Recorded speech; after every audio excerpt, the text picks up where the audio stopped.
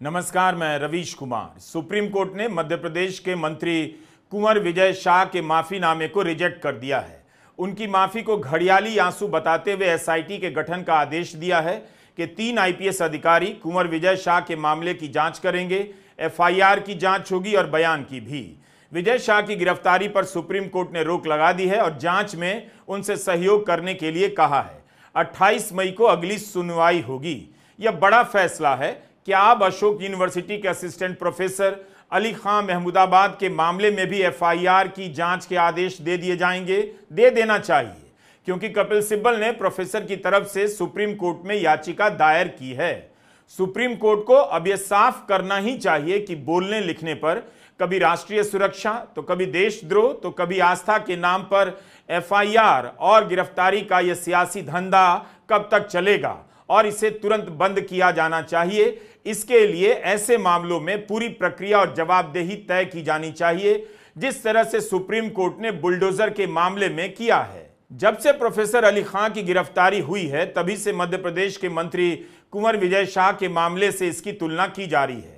कार्रवाई के मामले में दोनों के बीच भले तुलना हो सकती है कि एक की गिरफ्तारी नहीं हुई, बीजेपी बचाव करने लग गई, और एक को हरियाणा महिला आयोग और बीजेपी के कार्यकर्ता की शिकायत के आधार पर तुरंत गिरफ्तार कर लिया गया। विजय शाह ने जो बयान दिया वह केवल सेना का अपमान नहीं बल्कि सांप्रदायिक भी है, मुसलमानों को निशाना बनाना भी है, नफरती बयान है। प्रोफेसर अली खां महमूदाबाद को जिस फेसबुक पोस्ट के कारण गिरफ्तार किया गया है, उसमें ऑपरेशन सिंदूर के लिए भारत की रणनीति की प्रशंसा की गई है। ऐसा कुछ भी नहीं है जिससे सेना का अपमान होता हो। इसलिए आधार के मामले में दोनों की तुलना नहीं हो सकती। बस गिरफ्तारी के मामले में आप कर सकते हैं कि एक को हर तरह से बचाया जा रहा है और एक को कैसे सुबह सुबह दर्जन भर पुलिस भेजकर उठा लिया जा रहा है। सोनीपत के अशोक यूनिवर्सिटी के असिस्टेंट प्रोफेसर अली खां महमूदाबाद की गिरफ्तारी का सवाल अब प्रधानमंत्री मोदी और बीजेपी के कुछ समर्थकों के घर भी पहुंच गया है। यही कि अगर उनकी बात से कोई असहमत है, उन्होंने कुछ खराब भी कहा है, तब भी उन्हें गिरफ्तार नहीं किया जाना चाहिए। वैसे उन्होंने, अली खां ने कुछ भी गलत नहीं कहा है। आप भी उनके फेसबुक पोस्ट को पढ़ सकते हैं। सुप्रीम कोर्ट में प्रोफेसर खान के मामले की सुनवाई 20 या 21 मई को हो सकती है। तारीख अभी नहीं बताई गई है। कांग्रेस ने मंत्री को हटाने की मांग की, लेकिन हटाया नहीं गया, ना उनकी गिरफ्तारी हुई। विजय शाह के बचाव में बीजेपी के नेता सफाई दे रहे हैं, जुबान फिसल गई। 19 मई के दिन सुप्रीम कोर्ट में जस्टिस ए सूर्यकांत और जस्टिस एन कोटेश्वर सिंह की बेंच सुनवाई कर रही थी। जस्टिस सूर्यकांत ने मंत्री विजय शाह के माफीनामे को रिजेक्ट किया, फटकार लगाई। अगर वैसी फटकार प्रोफेसर अली खां को लेकर लगाई गई होती तो अब तक पुलिस उनके घर तो क्या, जिस यूनिवर्सिटी में पढ़ाते हैं उसे भी ढहाने के लिए बुलडोजर लेकर निकल पड़ी होती। जस्टिस ए सूर्यकांत ने बीजेपी के मंत्री विजय शाह के माफीनामे को लेकर कहा, अदालत की कार्रवाई से बचने के लिए धीमे स्वर में माफी मांग लेते हैं, घड़ियाली आंसू बहाते हैं। अशोक यूनिवर्सिटी के प्रोफेसर अली खां की पत्नी गर्भवती बताई जाती हैं। इस समय में उनकी गिरफ्तारी की गई। ठीक इसी तरह अहमदाबाद में गुजरात समाचार के मालिक बाहुबली शाह को गिरफ्तार कर लिया गया, जबकि उनकी भाभी यानी श्रेयांश शाह की पत्नी स्मृतिबेन के निधन को 1 महीना भी नहीं हुआ था। इससे पता चलता है कि इस देश में बोलने की कीमत कितनी बड़ी होती जा रही है, कितनी क्रूरता से किसी को भी उठाकर जेल में डाल दिया जा रहा है। जिस तरह से बोलने लिखने पर एफआईआर हो रही है, संगीन धाराएं लगाई जा रही हैं, उसे देखते हुए अब यही कहना बाकी रह गया है कि बोलने पर नहीं, अब भारत में मुंह खोलने पर एफआईआर कर दी जाएगी। शहर में मुनादी होने लग जाए कि अब भारत में मुंह खोलना अपराध हो गया है। मुंह का काम केवल सुबह और शाम मंजन करना है और भोजन करना है, बोलना नहीं है। कृपया बोलने के लिए मुंह का इस्तेमाल ना करें, लिखने के लिए उंगलियों का इस्तेमाल ना करें। जो भी बोलेगा और लिखेगा मान लिया जाएगा उसकी बातों से किसी की आस्था आहत हो गई है, राष्ट्र मूर्छित हो गया है। भारत में आप ना कॉमेडी कर सकते हैं, ना गंभीर लेखन, ना क्लासरूम में सरकार पर सवाल कर सकते हैं। भारत की पुलिस एकदम खाली बैठी है। आपके मुंह खोलते ही, हंसते ही, लिखते ही पहुंच जाएगी, जेल में ठेल देगी। भले ही नदियों की धाराएं यहां सूख गई हैं, लेकिन पुलिस की धाराएं धारा प्रवाह बहती जा रही हैं। ये सब अब हर नागरिकों को बताया जाना चाहिए।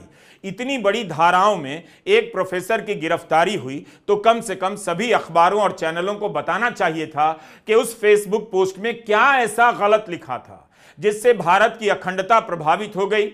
हम इस वीडियो में बात करेंगे कि प्रोफेसर अली खां के मामले में किस तरह से रिपोर्टिंग हुई है। प्रोफेसर अली खां के खिलाफ 2 एफआईआर हैं, एक महिला आयोग की तरफ से और एक सरपंच योगेश जठेड़ी ने कराई है, जो भाजपा युवा मोर्चा के सदस्य बताए जाते हैं।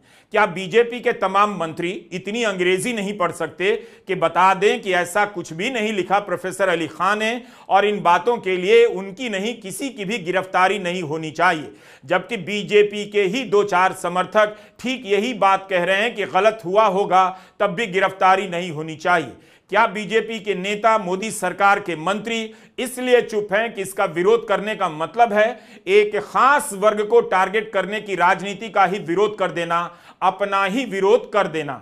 मध्य प्रदेश के मंत्री विजय शाह ने कर्नल सोफिया कुरैशी को लेकर जो कहा वो केवल उनके खिलाफ नहीं कहा बल्कि मुसलमानों के खिलाफ भी टिप्पणी की। उनकी गिरफ्तारी तो दूर, उनके खिलाफ एफआईआर कैसे दर्ज की जाए इसे लेकर हाईकोर्ट को स्वतः संज्ञान लेना पड़ा, बताना पड़ा। पुलिस ने जब कहा कि जांच का विषय है तब हाईकोर्ट के न्यायमूर्ति अतुल श्रीधरन और अनुराधा शुक्ला की युगल पीठ ने कहा कि यह तो भाषण है, इसमें क्या जांच करनी है। हाईकोर्ट ने इस बात के लिए भी मध्य प्रदेश की पुलिस को फटकार लगाई कि कोर्ट के कहने के बाद भी पुलिस ने गंभीर धाराएं नहीं लगाई।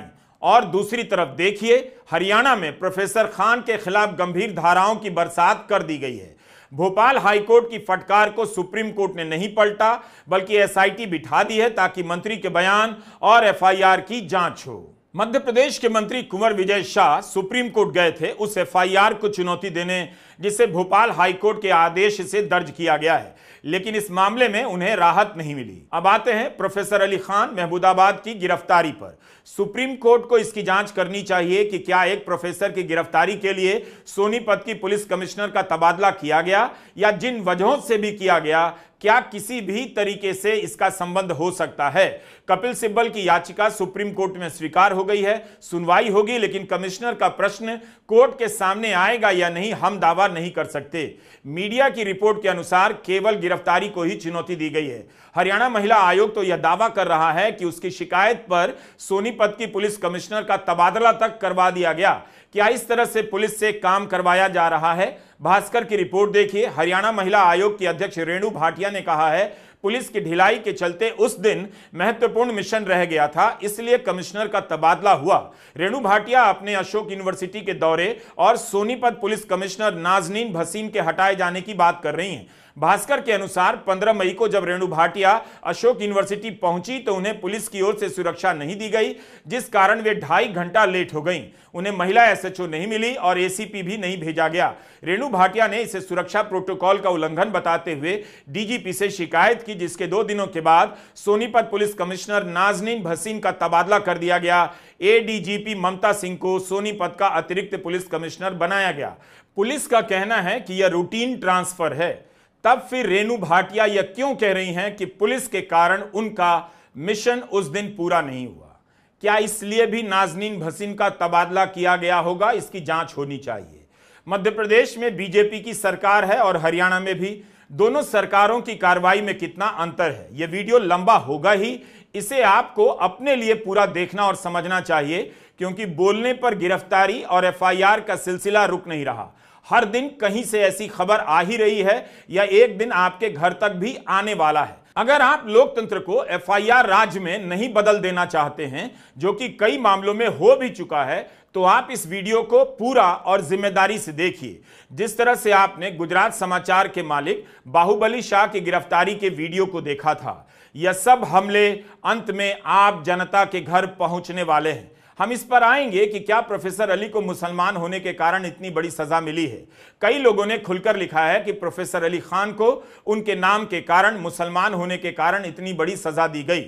लेकिन पहले यह बताना जरूरी है कि अखबारों ने इस तरह से क्यों कवर किया है कि किसी को भी पढ़कर लगे कि प्रोफेसर अली को गिरफ्तार करना पुलिस की कितनी बड़ी कामयाबी है, जैसे कोई बड़ा अपराधी पकड़ा गया हो। अगर आप हिंदी अखबारों की हेडलाइन देखेंगे तो साफ साफ पता भी नहीं चलेगा कहीं हेडलाइन अस्पष्ट है तो कहीं संदेह पैदा करने की कोशिश लगती है। क्या पत्रकारों को, संपादकों को खुलकर नहीं बताना चाहिए कि उन्होंने ऐसा क्या कहा कि गिरफ्तारी हुई? अगर अखबार अभिव्यक्ति की आजादी के साथ साथ पुलिस के अतिक्रमण के खिलाफ नहीं बोलेंगे तब फिर कौन बोलेगा? दैनिक जागरण की वेबसाइट की यह हेडलाइन देखिए, ऑपरेशन सिंदूर, महंगा पड़ रहा है राजा महमूदाबाद के परिवार को पाकिस्तानी प्रेम, प्रोफेसर अली खान गिरफ्तार। कितनी खतरनाक हेडलाइन है ये। पाकिस्तानी प्रेम से जोड़ दिया गया गिरफ्तारी को, जबकि प्रोफेसर अली खान ने भारत की सेना और सरकार की नीतियों की तारीफ की है और पाकिस्तान को आतंक का इस्तेमाल करने वाला लिखा है।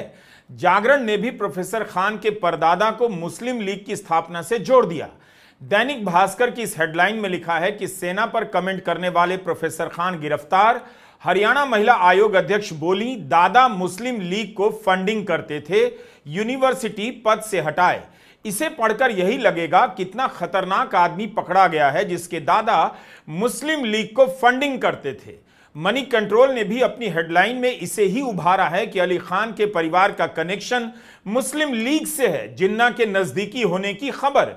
इसी बात को हिंदुस्तान ने अपनी रिपोर्ट में जनरल बात की तरह लिख डाला है कि प्रोफेसर अली खान के दादा महमूदाबाद के आखिरी राजा थे और मुस्लिम लीग के महत्वपूर्ण नेताओं में से एक। इंडियन एक्सप्रेस ने खबर के बीच में लिखा है कि इनके दादा मुस्लिम लीग के कोषाध्यक्ष थे।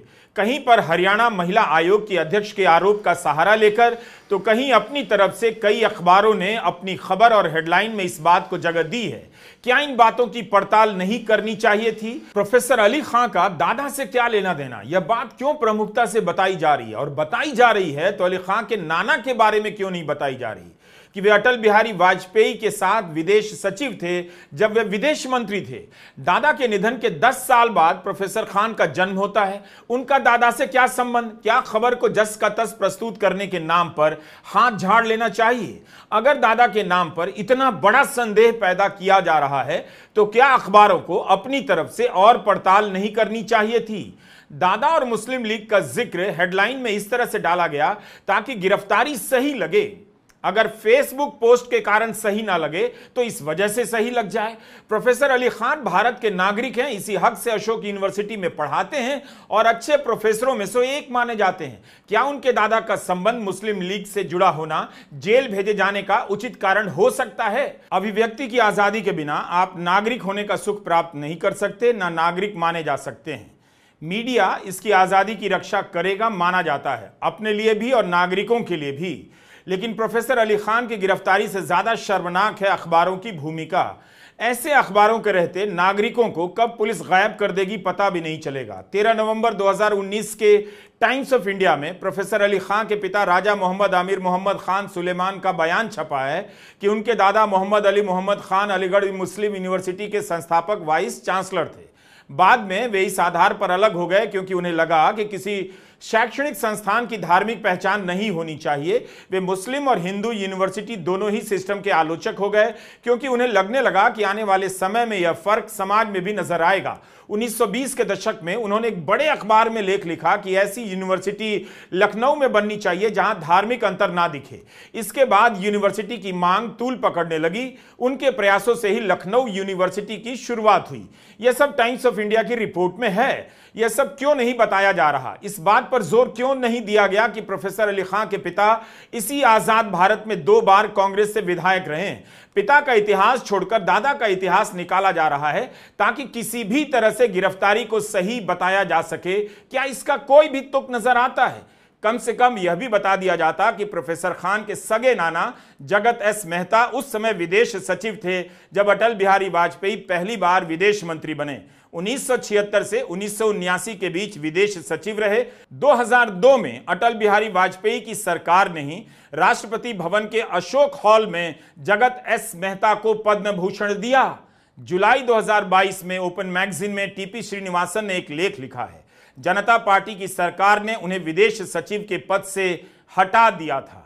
बीजेपी की राजनीति करने वाले क्या नहीं जानते कि अटल बिहारी वाजपेयी की सरकार ने प्रोफेसर अली खान के नाना जगत एस मेहता को पद्म भूषण दिया है, उसी अशोक हॉल में। संयोग देखिए, अशोक यूनिवर्सिटी में पढ़ाने वाले जगत एस मेहता के नाती को, प्रोफेसर अली खां को किस तरह पुलिस ने गिरफ्तार किया। यही नहीं, जगत एस मेहता के समधी प्रोफेसर खान के दादा को मुस्लिम लीग का फंडिंग करने वाला बताया जा रहा है। क्या बीजेपी अब यह भी सवाल करेगी कि वाजपेयी की सरकार ने मुस्लिम लीग को फंडिंग करने वाले समधी को पद्म भूषण दिया? जाहिर है हम तर्क, तथ्य और सहनशीलता, उदारता सब पर गोबर लीपे जा रहे हैं। इस खेल में सब शामिल होते जा रहे हैं। बहरहाल प्रोफेसर खान के नाना जगत एस मेहता चीन पर विशेषज्ञ माने जाते रहे हैं। मेहता 1963 से 66 के बीच चीन में भारत के राजदूत रहे।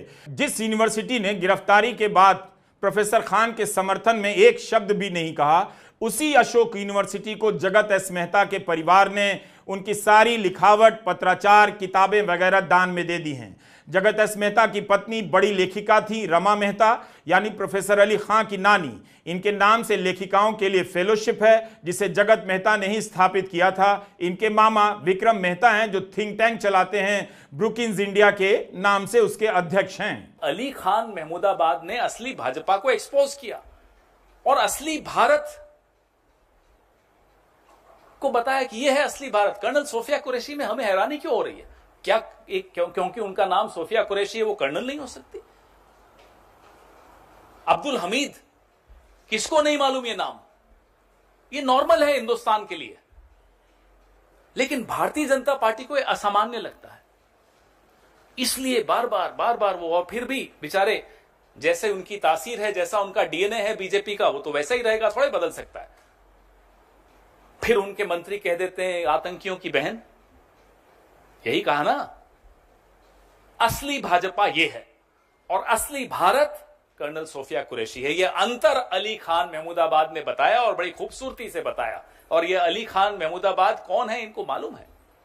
मुझे नहीं लगता इस सरकार को ज्यादा पढ़ने लिखने से मतलब है, होता तो शायद थोड़ा समझदारी से काम लेते। इनके नाना भारत के पूर्व विदेश सचिव जगत मेहता, अटल बिहारी वाजपेयी जब विदेश मंत्री थे तो जगत मेहता उनके विदेश सचिव थे। उनको बाद में 2001 या 2 में पद्म भूषण भी मिला। ये एक एकेडमिक व्यक्ति है, स्कॉलर है, इतिहासकार है। और उनकी फेसबुक पोस्ट आपने भी देखी होगी, मैंने तो 3-4 बार पढ़ी कि भी इसमें गलत क्या है। फिर मैंने और साथियों से पूछा क्या कोई और फेसबुक पोस्ट है जिस पर एफआईआर? बोले नहीं, इसी पर हुई है। क्या गलत है साहब? तो मीडिया ने 2 काम किए। जो भी आरोप लगाया गया उसे जस का तस छाप दिया गया, जबकि कुछ बातों का पता आसानी से लगाया जा सकता था, लेकिन पड़ताल ना करके विवादास्पद बयान, सेना पर टिप्पणी, एकता को खतरे में डालने वाले बयान को इन्वर्टेड कोमा में डालकर संदेह पैदा करने का प्रयास किया गया, ताकि लगे कि कोई देशद्रोही गिरफ्तार हुआ है, होना ही चाहिए था। इससे पूरी रिपोर्टिंग में प्रोफेसर खान का पक्ष संदेहास्पद और कमजोर लगा। हरियाणा महिला कमीशन ने 14 मई को प्रोफेसर अली खां को बुलाया, लेकिन वे नहीं गए। 15 मई को कमीशन यूनिवर्सिटी पहुंचा और कहा कि हमें उम्मीद है कि रजिस्ट्रार और वाइस चांसलर उन्हें बुलाएंगे, लेकिन प्रोफेसर खान नहीं आए। इस पर रेणु भाटिया ने कहा कि हमें नहीं लगता कि और किसी सबूत की जरूरत है, लेकिन प्रोफेसर खान ने अपने वकील के जरिए जवाब तो दिया था और कहा था कि उनके पोस्ट में कुछ भी आपत्तिजनक नहीं है। क्या नहीं आने का मतलब यह है कि जो संदेह है वो पक्का ही मान लिया जाए? हिमांशी नरवाल को कितनी गालियां दी गई, धमकियां दी गई। विदेश सचिव विजय मिस्री और उनकी बेटियों के मामले में कितनी गालियां दी गई। क्या उन मामलों में भी महिला आयोग किसी के घर पहुंच गया? क्या इस देश में वकील के जरिए लोग अपनी बात नहीं रखते? अनगिनत प्रसंग दे दिए जा सकते हैं। जो धाराएं लगाई गई हैं उससे किसी को 7 साल से लेकर आजीवन कारावास तक हो सकता है। तो क्या फेसबुक पर लिखना इतना बड़ा अपराध है कि आजीवन कारावास की सजा होगी? क्या सेना की तारीफ और भारत की रणनीति की तारीफ करने पर भी इतनी बड़ी धाराएं लगाई जा सकती हैं? प्रोफेसर अली खां के खिलाफ धारा 152 लगाई गई, देश को नुकसान पहुंचाने वाले कार्यों से संबंधित, जो संज्ञेय और गैर जमानती है। इसमें 7 साल से लेकर आजीवन कारावास के साथ ही जुर्माने का प्रावधान है। धारा 196(1) विभिन्न समूहों के बीच दुश्मनी को बढ़ावा देना। धारा 197(1) देश की संप्रभुता को खतरे में डालने वाली झूठी जानकारी प्रकाशित करना। धारा 299 किसी धर्म को अपमानित करना।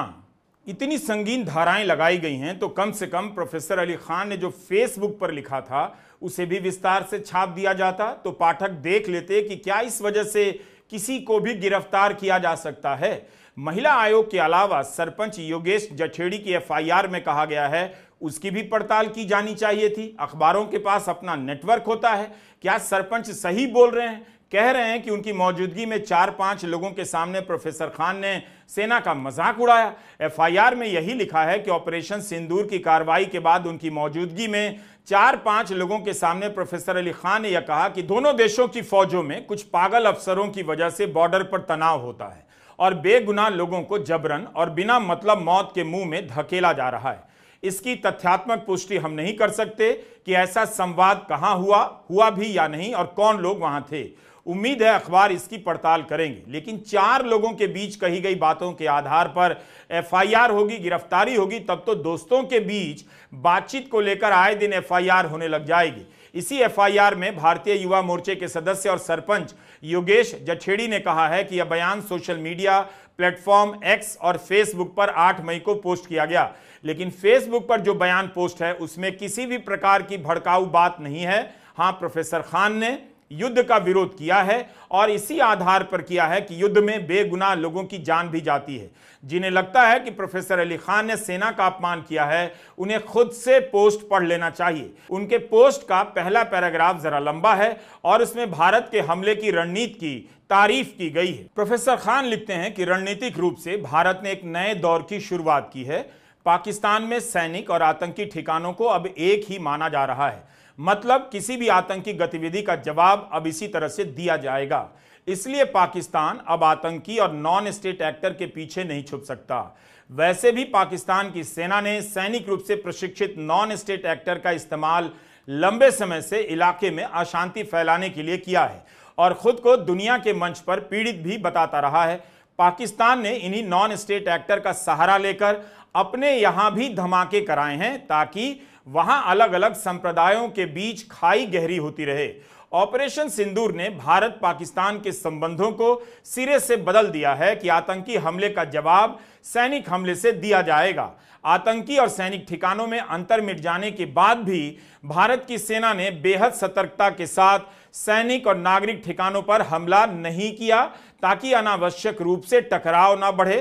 तो संदेश साफ है, अगर आप अपने यहां आतंकवाद खत्म नहीं करेंगे तो हम आकर खत्म कर देंगे। दोनों तरफ के नागरिकों की मौत दुखद है और यही मुख्य कारण है कि युद्ध से बचा जाना चाहिए। इस हिस्से में किसे लग सकता है कि प्रोफेसर खान ने भारतीय सेना का अपमान किया, बल्कि प्रोफेसर अली खान वही बात कह रहे हैं जो भारत सरकार कह रही है। यही बात तो विदेश मंत्रालय अपनी पहली प्रेस कॉन्फ्रेंस से कह रहा है। हमने केवल आतंकी ठिकानों को निशाना बनाया, हमने सैनिक और नागरिक ठिकानों को निशाना नहीं बनाया। भारत के प्रधानमंत्री मोदी ने भी तो यही कहा, भारत युद्ध का समर्थक नहीं है, बुद्ध का देश है। प्रोफेसर अली खान ने कहा है कि मेरी पूरी बात सिपाहियों और नागरिकों की जिंदगियों के बचाव में है। मैंने अपने पोस्ट में स्त्री के विरोध में कोई भी बात नहीं कही है। यह झूठ तो गोदी मीडिया बोल रहा था। आपने देखा होगा कि आधा पाकिस्तान साफ कर दिया गया है, यानी बिना नागरिकों को निशाना बनाए आप आधा पाकिस्तान साफ नहीं कर सकते। तो झूठ कौन बोल रहा था, आपत्तिजनक बातें कौन बोल रहा था? गोदी मीडिया। गोदी मीडिया भारत की नीति से अलग जाकर बोल रहा था। लेकिन सूचना प्रसारण मंत्री अश्विनी वैष्णव ने तो मीडिया की तारीफ ही कर दी। जब विदेश सचिव विक्रम मिस्री से पूछा गया कि भारत में विपक्ष से लेकर कुछ लोग आलोचना कर रहे हैं और पाकिस्तान उसका इस्तेमाल कर रहा है, तब विदेश सचिव ने यही कहा, पाकिस्तान को भारत के जैसे लोकतंत्र की आदत नहीं है। लेकिन प्रोफेसर अली खान की गिरफ्तारी जिस बात को लेकर हुई है, उसके बाद क्या भारत के बारे में यह कहा जा सकेगा?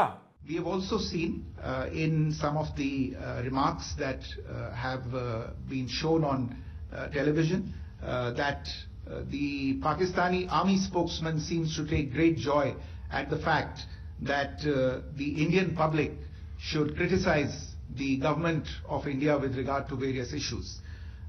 It may be a surprise to Pakistan to see citizens criticizing their own government. That is the hallmark of an open and functioning democracy. Pakistan's unfamiliarity with that again should not be surprising. सीमावर्ती शहरों के लोग कह रहे हैं हिंदी प्रदेश के लोग युद्ध को लेकर जश्न मनाते हैं, जबकि हमारे लिए युद्ध जश्न नहीं है। हम भी चाहते हैं कि भारत जवाब दे, लेकिन हमारी भी तो आप चिंता कीजिए। तो क्या यह बात कहने के लिए सीमावर्ती शहरों के लाखों लोगों को आप गिरफ्तार कर लेंगे और यह भारत विरोधी बात मानी जाएगी? कितने लोगों ने युद्ध के उन्माद की आलोचना की है और की भी जानी चाहिए, तो क्या उनकी जगह जेल हो सकती है? 11 मई की इस पोस्ट में प्रोफेसर खान ने युद्ध और नरसंहार के खिलाफ लिखा है, गीता से भगवान कृष्ण के कथन की बात लिखी है, पैगंबर मोहम्मद और मौलाना रूमी की कही गई बातों को याद दिलाया है, विक्रम मिस्री की ट्रोलिंग के खिलाफ लिखा है। इस पोस्ट में प्रोफेसर खान ने सवाल किया है कि जब हम कहते हैं कि बॉर्डर पार सबका सफाया कर दो, तबाह कर दो, तब क्या हम युद्ध के नाम पर बच्चों, बूढ़ों, महिलाओं सबको मार डालना चाहते हैं? भारत भी तो यही बात कह रहा है, जब वह बार बार दोहराता है हमारा मकसद नागरिक ठिकानों को निशाना बनाना नहीं था, ना हमने बनाया। तो इसका मतलब है प्रोफेसर खान ऐसे लोगों को निशाना बना रहे हैं जो युद्ध के उन्मादी हो चुके हैं, भारत सरकार के खिलाफ कुछ भी नहीं कह रहे। क्या आप ऐसे आदमी को जेल में देखना चाहेंगे? क्या यह ज्यादा नहीं हो रहा? प्रधानमंत्री मोदी बुद्ध का उदाहरण फिर क्यों दे रहे थे? किस बात के लिए दे रहे थे? प्रिय देशवासियों, आज बुद्ध पूर्णिमा है। भगवान बुद्ध ने हमें शांति का रास्ता दिखाया है। शांति का मार्ग भी शक्ति से होकर जाता है। मानवता शांति और समृद्धि की तरफ बढ़े, हर भारतीय शांति से जी सके, विकसित भारत के सपने को पूरा कर सके, इसके लिए भारत का शक्तिशाली होना बहुत जरूरी है। और आवश्यकता पड़ने पर इस शक्ति का इस्तेमाल भी जरूरी है। और पिछले कुछ दिनों में भारत ने यही किया है। एक ऐसे समय में जब पक्ष विपक्ष के सांसदों की टोली दुनिया भर में भेजी जा रही है, उस समय में वही बात कहने के लिए प्रोफेसर अली खां को गिरफ्तार किया गया। विदेश दौरे पर जाने वाली सांसदों की टोली भी तो यही कहेगी कि भारत एक जिम्मेदार देश है, हमने आतंकी हमले के जवाब में केवल आतंकी ठिकानों पर हमला किया, नागरिकों को नुकसान नहीं पहुंचाया, और उसी समय एक प्रोफेसर को गिरफ्तार भी कर रहे हैं। संदेश क्या देना चाहते हैं? यही कि पुलिस है, अपने कार्यकर्ता से एफआईआर करवाकर जब मन होगा जिसे भी जेल में डाल देंगे। जिस फेसबुक पोस्ट के लिए प्रोफेसर अली खां को राष्ट्रीय एकता का पुरस्कार मिलना चाहिए, तारीफ होनी चाहिए, उस पोस्ट के लिए उन्हें गिरफ्तार कर लिया गया। कितने ही लोगों ने प्रोफेसर खान की गिरफ्तारी का विरोध किया है। प्रधानमंत्री मोदी के पक्ष में बोलने वालों ने भी विरोध किया है। लेखक, पत्रकार, प्रोफेसर, प्रेस क्लब, महिला प्रेस क्लब, सब ने विरोध किया। तमाम महिला संगठनों और नागरिक संगठनों ने विरोध किया है। राष्ट्रपति रामनाथ कोविंद के कार्यकाल में प्रेस सचिव रहे पत्रकार अशोक मलिक ने ट्वीट किया है कि मैं महमूदाबाद को एक्स प्लेटफॉर्म के जरिए जानता हूं। मैंने उन्हें निहायत ही शरीफ पाया है। जब वे असहमत होते हैं उनसे असहमत नहीं हुआ जाता। उनके तथाकथित आपत्तिजनक बयान किसी भी तरह से हानिकारक नहीं है। उन्हें गिरफ्तार नहीं करना चाहिए था। हरियाणा अथॉरिटी ने कुछ ज्यादा ही कर दिया। कांग्रेस ने प्रोफेसर अली खां की गिरफ्तारी को लेकर पहचान के सवाल को उठाया है। प्रवक्ता पवन खेड़ा ने लिखा है कि उनकी एकमात्र गलती है कि उन्होंने यह पोस्ट लिखा, और दूसरी गलती है उनका नाम। साफ है, पवन खेड़ा इशारा कर रहे हैं कि प्रोफेसर खान की गिरफ्तारी मुसलमान होने के कारण की गई है। समाजशास्त्री प्रोफेसर अपूर्वानंद भी इस बात को रेखांकित करते हैं। पवन खेड़ा ने लिखा है कि फेसबुक पर उन्होंने काफी सोच समझकर लिखा है कि मोदी सरकार के नेतृत्व में यह नया भारत है, लेकिन एक इतिहासकार और अकादमिक को हिंसा भड़काने के लिए जेल नहीं हुई, बल्कि हिंसा का विरोध करने के लिए जेल भेजा गया। बीजेपी के सांप्रदायिक नैरेटिव को उजागर करने के लिए जेल हुई। राष्ट्रवाद के नाम पर छाती पीटने की कमियों को आईना दिखाने के कारण जेल हुई। हम डिबेट और डेमोक्रेसी के साथ खड़े हैं, डिक्टेशन का विरोध करते हैं। देखिए, इस पूरे घटनाक्रम में जिसमें अशोका यूनिवर्सिटी के एकेडमिशियन महमूदाबाद जी को के साथ जो व्यवहार हुआ है, वो एक दोहरा मापदंड और चरित्र दिखा रहा है। क्या लिखा था उन्होंने? मैंने 10 बार पढ़ा। क्या ये सेडिशन की कैटेगरी में? कैसे डिफाइन करते हैं? बार बार हमने लिखा है, बोला है, दुनिया भर में काम हुआ कि राष्ट्र और राष्ट्र की सरकार एक नहीं हुआ करती, देश और देश की सरकार एक नहीं हुआ करती। सरकार की आलोचना देश की आलोचना नहीं है। लेकिन न जाने कैसे लोग दुनिया भर में आप गुडविल मिशन भेज रहे हैं, किस बात की शोकेसिंग के लिए, और उसको हम डोमेस्टिक स्फीयर में लागू नहीं कर पा रहे हैं।